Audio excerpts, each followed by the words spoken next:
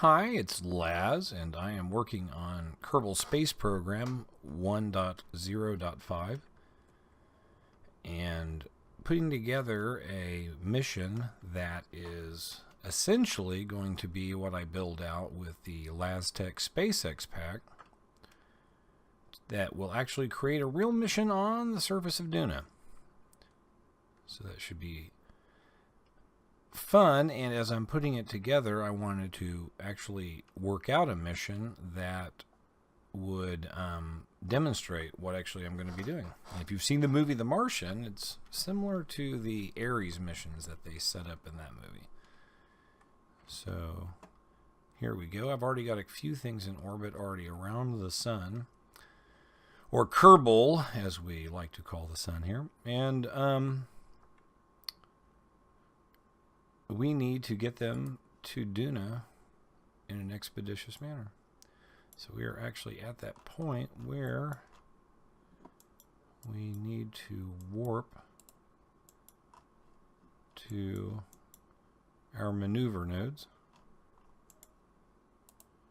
Let's see, I'm going to go with, we'll fly the Ares 3. Which is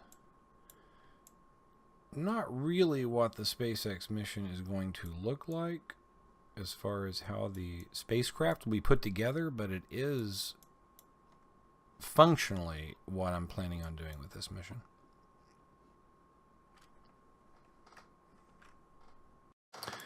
So, like I said, this is not visually what one should expect from the SpaceX Mars mission pack that I am putting together, but it is functionally going to be pretty much exactly the way that it works and uses nuclear engines to do it. So what I've got actually in orbit right now around Kerbal is two different versions of the Mars craft. I made one, or Duna craft. One of them, the Ares 1.1, which is this one right here, is basically a fool's errand.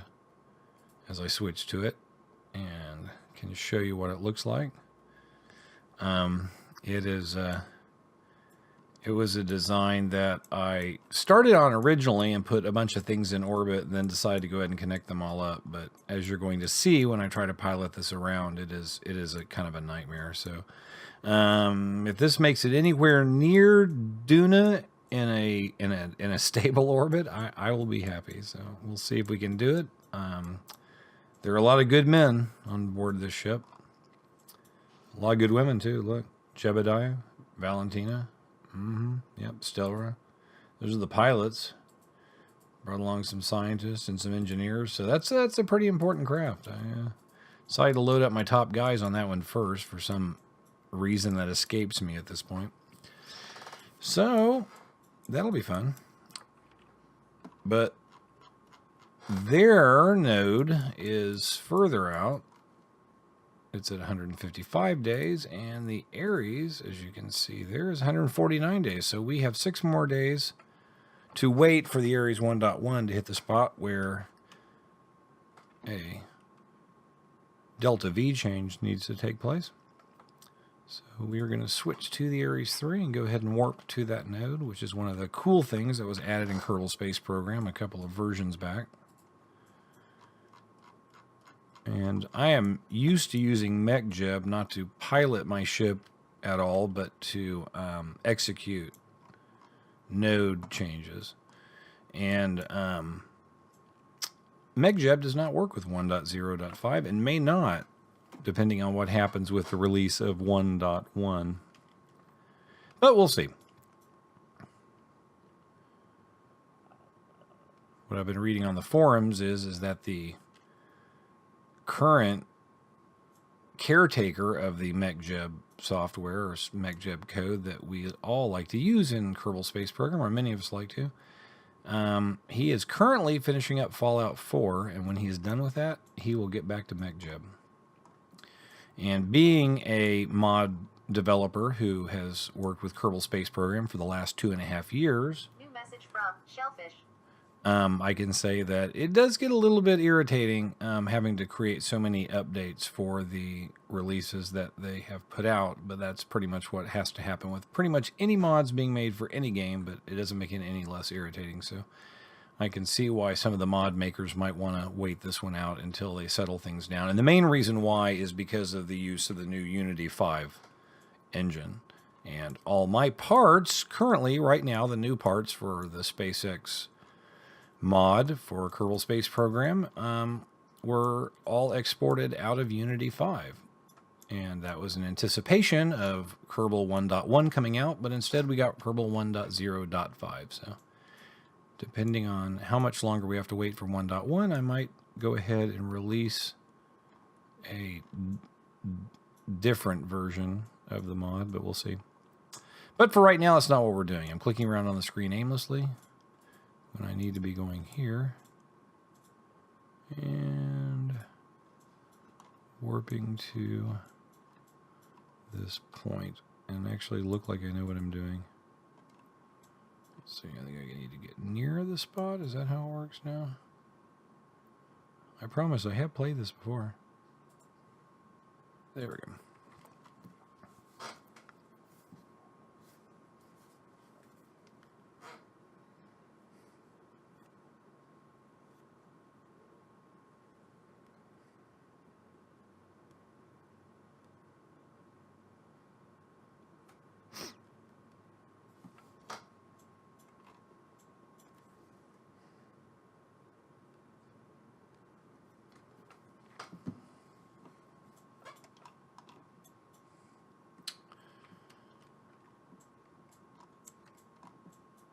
And months and months and months have passed back on Kerbin, but here we are.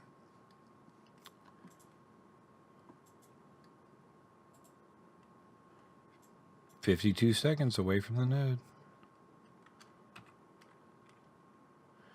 Yeah, this ship maneuvers well. It's well balanced, it's tight. It's the kind of ship I normally like to build. I should say normally like to fly. The ones I normally like to build look like Buck Rogers ships and have huge nacelles that are impractical and look like Star Trek or 1930s spaceships. It's the way it should have been. But anyway, put a nice slow little burn on it. Yeah, that one's got a little bit of a wobble on it too, but not too bad. It's got a nice balance. What is shaking back and forth? Really?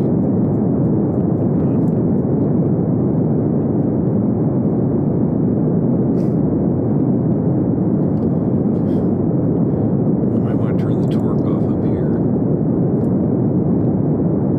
There we go. That settled it down. Yep. You don't want torque generators on the far points of your ship. You want the torque generators to stay right about in the middle. In the end, they don't really do any good other than whip your ship around like a whip or a whip-like object.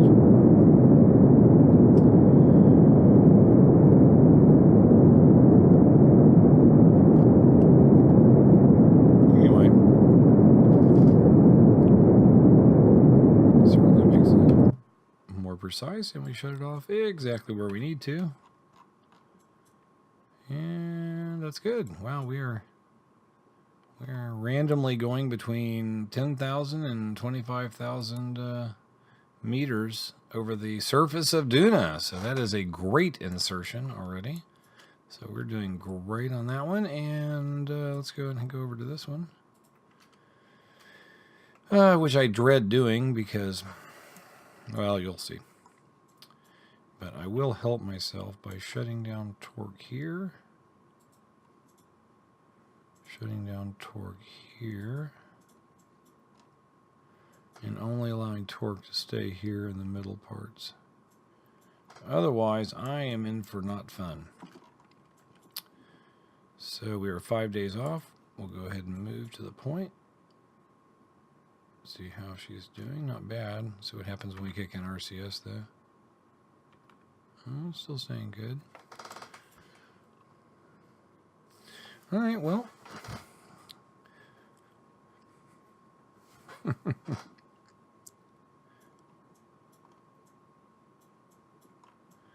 Well, she certainly looks impressive. And in real life, something designed similarly to this would probably fly pretty well. But until we get the Unity 5 engine with Kerbal 1.1, we have to deal with some issues with objects not being able to actually become one solid object, but actually continue to be treated like separate objects that are connected together, which is the problem that we have with large ships in Kerbal Space Program right now. All right, that puts us just about where we need to go, and we will go ahead and warp.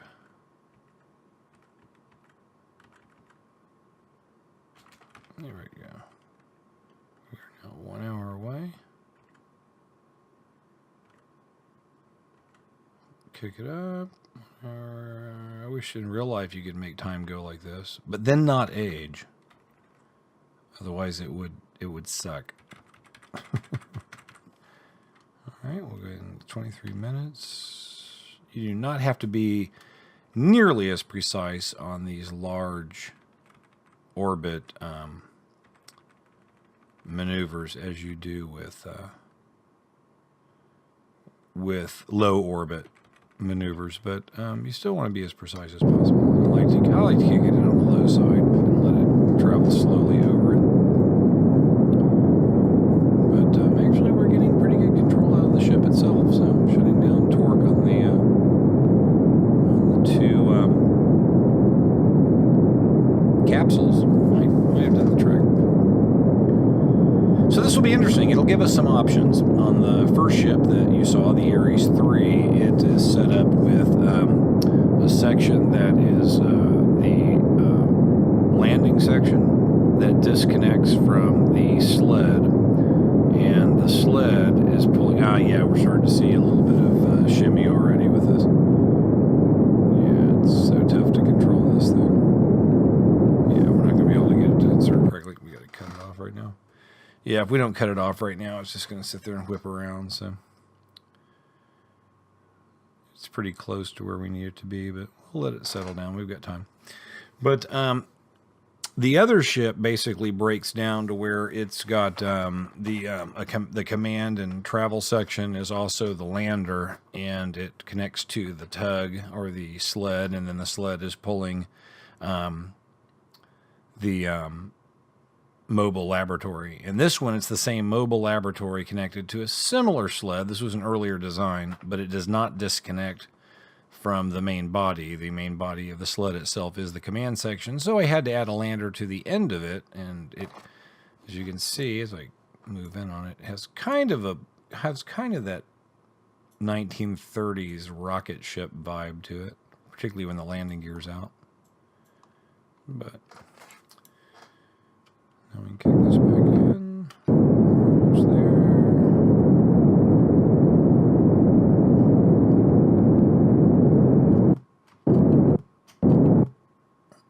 And I guess I should say you still have to be as precise with this, but you don't have to start at exactly that time.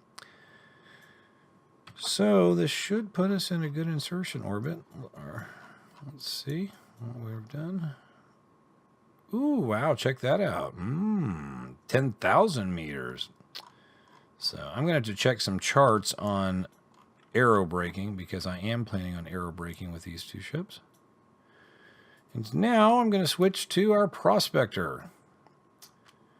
And if you may have noticed that the names I have tend to be Greek or Roman or Egyptian gods, usually either Greek or Egyptian. In this case, this is called the Thoth 1.0, and some of you out there may know who Thoth is and why I would call a craft that is designed to go get information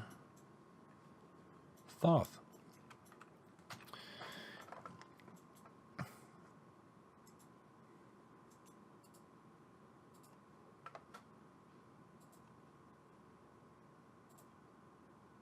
So warping to next maneuver.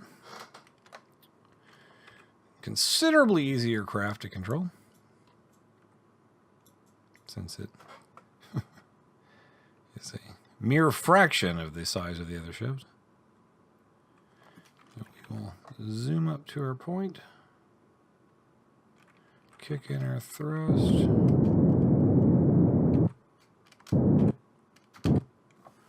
There we go.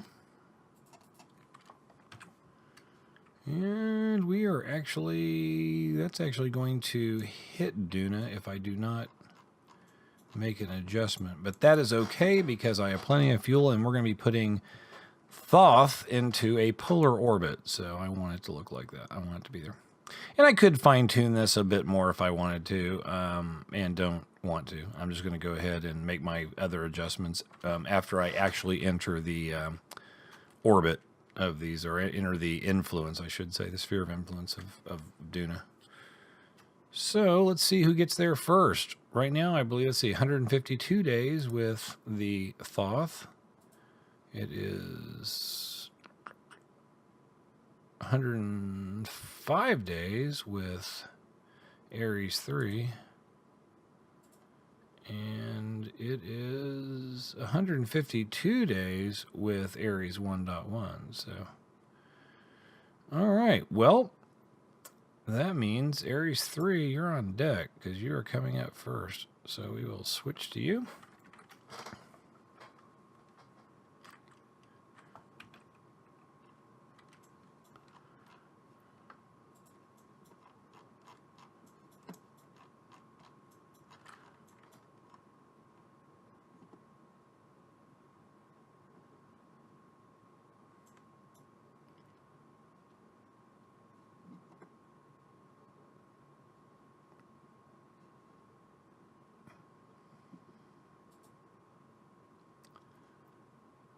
And to the Duna encounter, I believe we can warp to that too.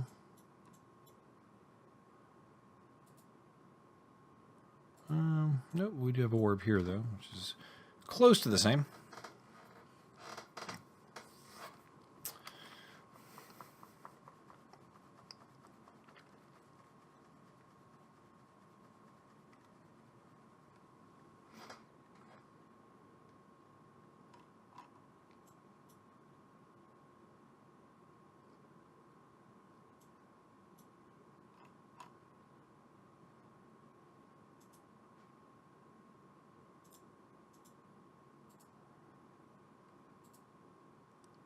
See if we can warp past an insertion point. And we can. That is neat. All right. All right. There we go. Okay, our first craft is sitting here, and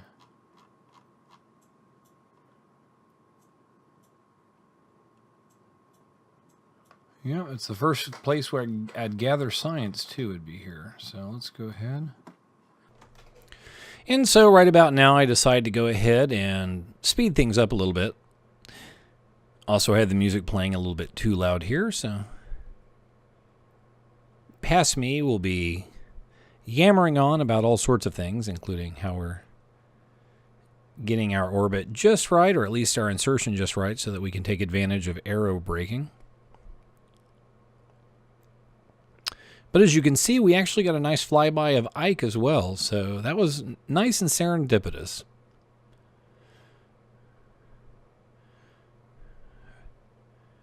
There we go. So I fine-tuned this to get us about 8,000 meters above the surface.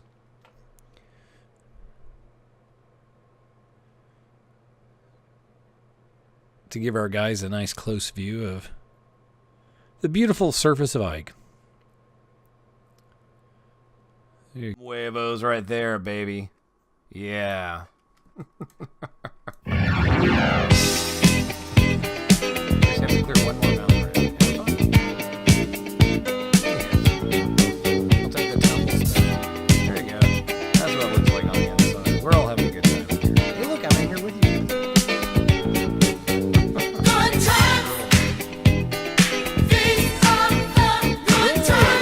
That'd be a nice view right out the window. I don't know, it kind of looks like it.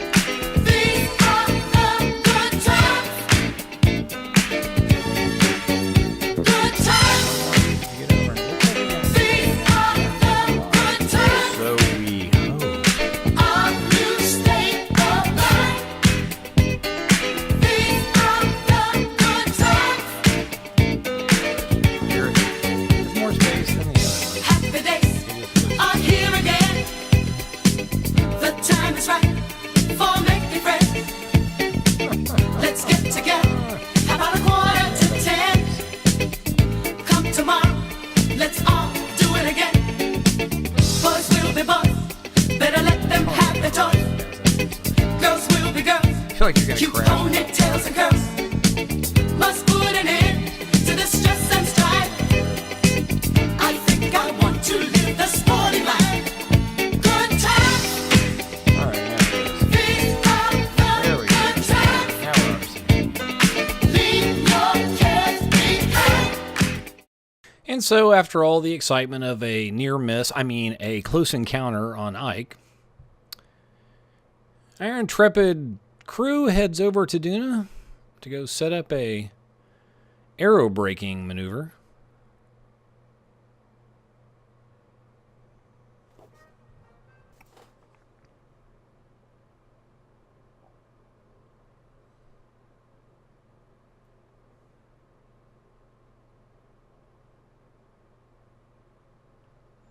And we wobble the big old thing around a bit as we slow our velocity down.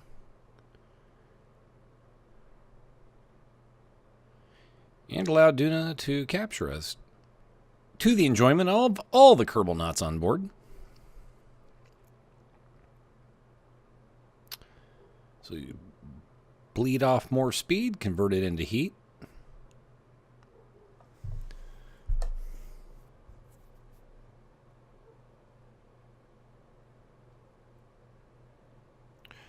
In real life, this is actually considered a very risky maneuver, and it's questionable as to if we will actually attempt something like it to be captured by Mars. With the atmosphere there as thin as it is, it might be more feasible with a larger body like Jupiter, which has a considerably thicker, denser atmosphere that could be taken advantage of much further away from its gravity well. But we tighten our orbit up.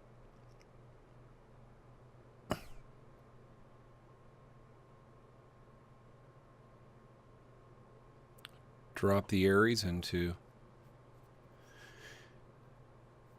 an orbit that won't stay equatorial because of where I wanted to land, which is on the mountain that is in the northern hemisphere on Duna.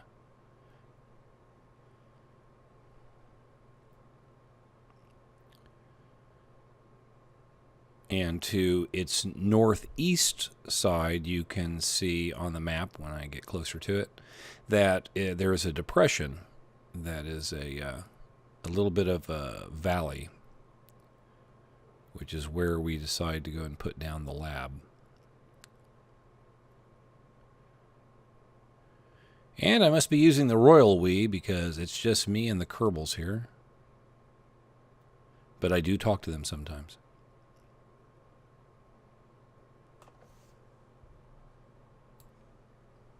What they have to say back could surprise you.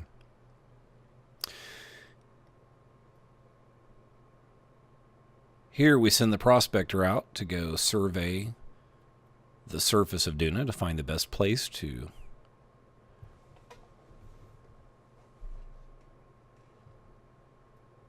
set down the Ares 3 where we need to mine fuel. And as luck would have it, it turns out that the mountain, at least in this iteration of the universe, the mountain is very resource rich. So the decision was made to go ahead and land the Ares 3 as high on that mountain as possible, where it would wait with a pilot and an engineer for the landing roving lab to come back to it. So that was the plan anyway, basically recreating the basic scenario for the movie The Martian. And just we were getting ready to begin our descent, I remembered a Kerbal knot that we needed to have. Brought him on over, I think it was Halstead. Got us ready and began the first of what would be several attempts to land on a very, very rocky high point with no aero braking at all.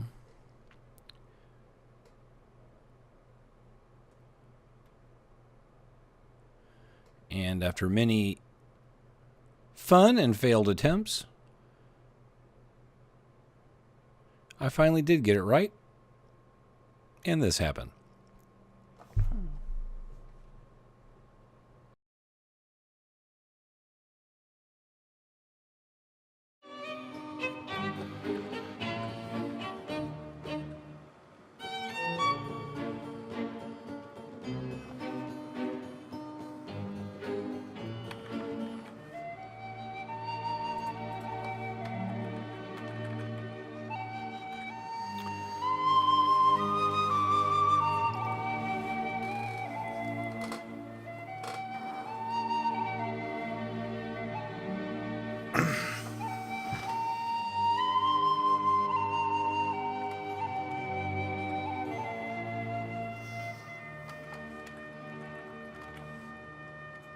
Well,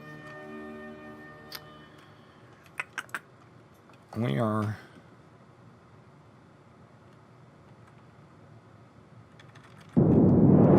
certainly making a mess.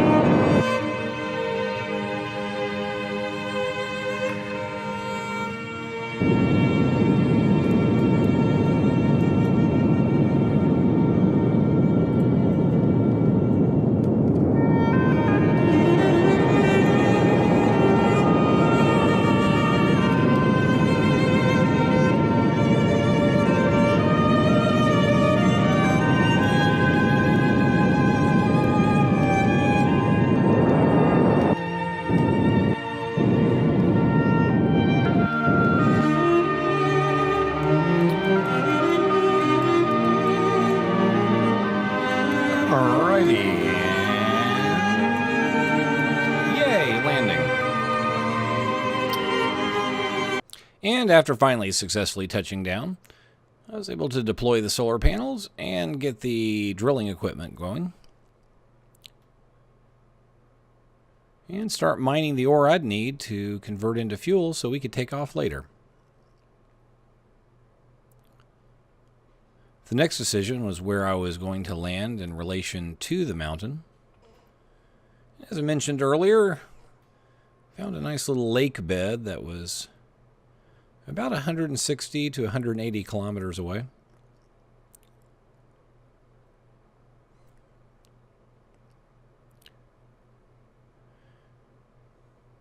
And decided this would be a good place to go ahead and set the lab down. Now, the lab is set up with a series of different devices to help it slow down through the atmosphere, with drogue parachutes, air brakes, and rockets that use monopropellant to slow it down. Believe it or not, this was the very first time I attempted it. Alright, so here's what we're going to do. Let's continue on. I don't want to change our... Yeah, I want to land in that nice valley over there. So, we are going to want to...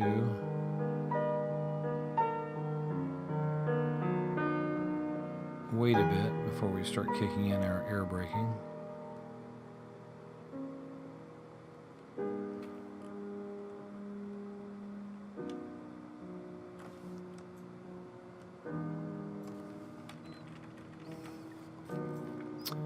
So here we go.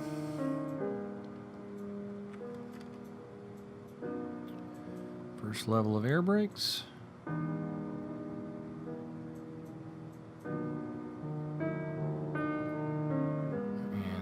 They are slowing us down. They might be slowing us down a little too much, as a matter of fact. think they are necessary? Don't know. We might be in a pretty precarious position if we land on the edge of that ridge. But so far so good. Looks like we might clear it.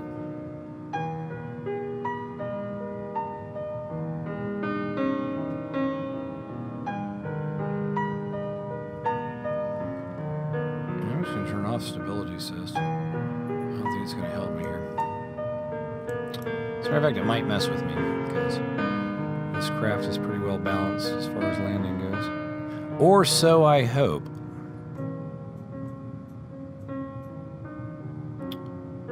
Wow, that's pretty amazing. Look at that. Look at how much speed we bled off just with the air brakes alone coming down. That's fantastic. I'm going to remember that.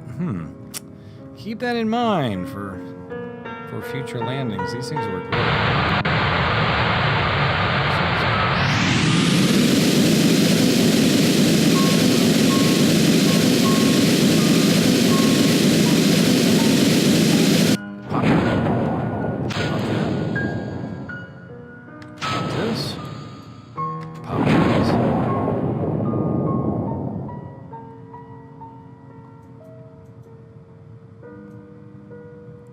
Wow. Good job. Bye-bye.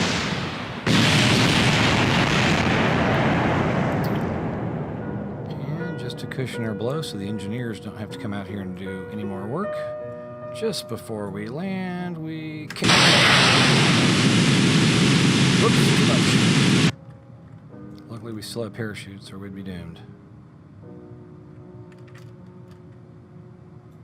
Well, engineers are still going to have to do their job. Well, we landed though, and we did it in one piece. So, huzzah! As a matter of fact, let's check everything out here. Make sure that we can actually fix everything. If so, then it was not the best of landings. But as they say in the world of aviation, any landing you walk away from is a good one. So as Bill goes out and does his job as an engineer, this looks like a good time to end part 1. Join us for part 2, where we travel across the dunes of Duna, meet back up with the Ares 3, and, well, we'll have to see what happens after that. Thanks for tuning in. In the meantime, this is Laz. Now go do something fun.